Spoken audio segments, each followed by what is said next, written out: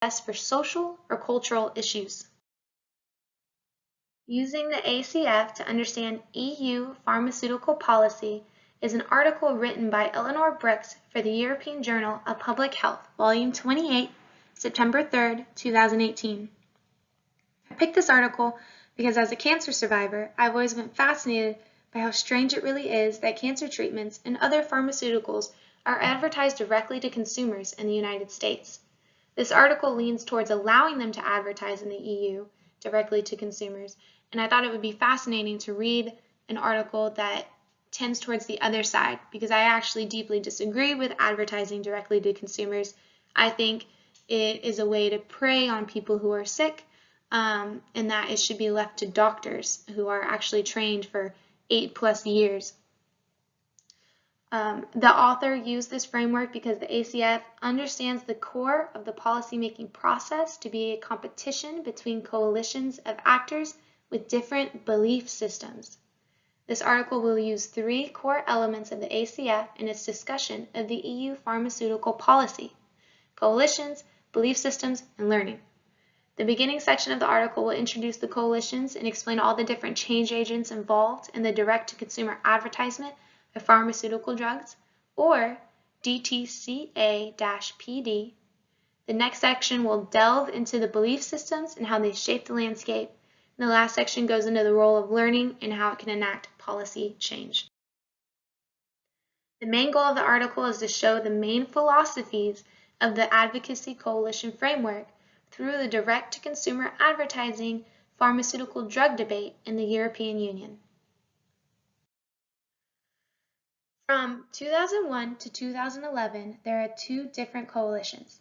One coalition was led by the pharmaceutical industry, who were passionate about repealing and later amending the EU ban on DTCA-PD, or direct-to-consumer advertising of pharmaceutical drugs, to give patients more insight into alternative medications.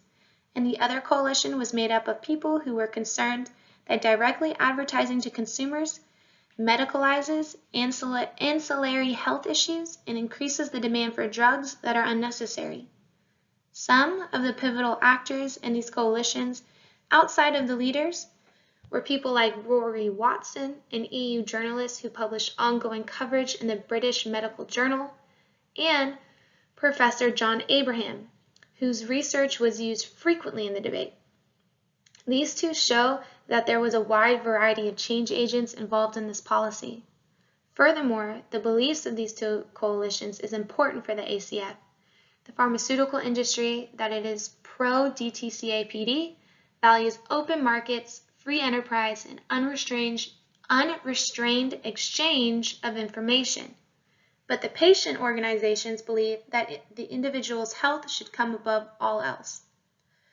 This is a conflict in deep core beliefs. One coalition values free information, but the other coalition believes that the information could be damaging to patients' health, and so it should be restricted. The core policy beliefs here are tied very closely to the core beliefs. As said earlier in the presentation, these often go hand in hand. The pharmaceutical companies believe that they should be able to fully inform the people of all the available options. Lastly, there are the practical decisions, or the secondary beliefs. This is the establishment of the correct budgets and administrative processes. This is the easiest belief to change, and therefore, the pro-direct-to-consumer advertisement of pharmaceutical drugs in the EU coalition was correct to change their focus to incremental change to the ban or reframe the debate around health literacy. The article does discuss if the pharmaceutical company does truly have a core belief, or if because it is a profit center and their beliefs revolve around making money, maybe they are more susceptible to change than people with true core beliefs that aren't revolving around profit.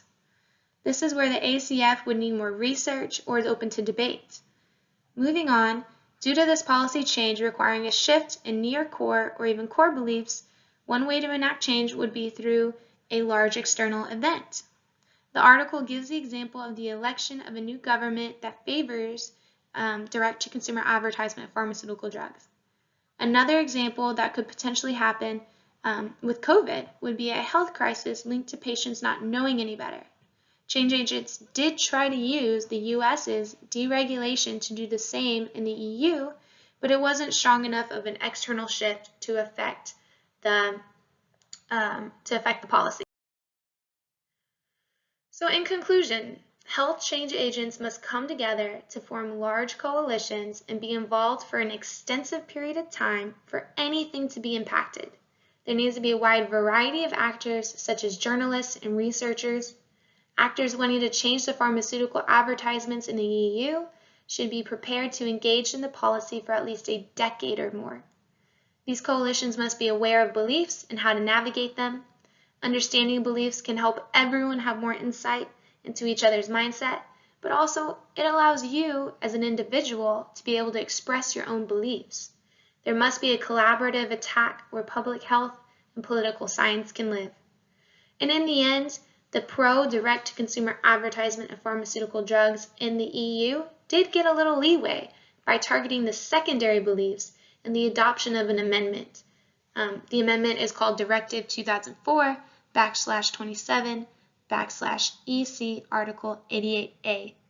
And they got the go-ahead to have this discussion further in the future and to continue it. So the Pro-Direct-to-Consumer Advertisement of Pharmaceutical Drugs Coalition has their foot in the door, and with at least a decade or more, there may be a chance to change what happens in the EU and the policy around directly advertising to consumers about pharmaceutical drugs. This has been the ACF framework. I really hope it has been informative, and I hope the rest of you have a really good day.